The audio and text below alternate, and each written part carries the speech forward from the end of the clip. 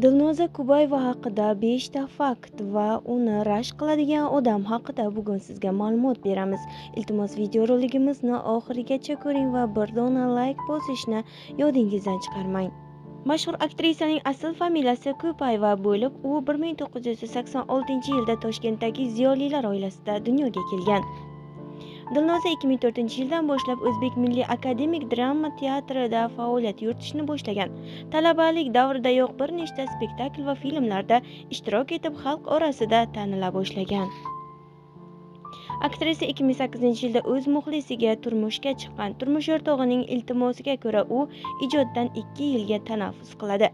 Keyinchalik eri 30 yoshdan oshganida olamdan o'tadi. Dilnoza intervyularining birida shunday degan: "Erim mendan minnatdor bo'lib, senga tarbiya bergan onangga rahmat degan edi.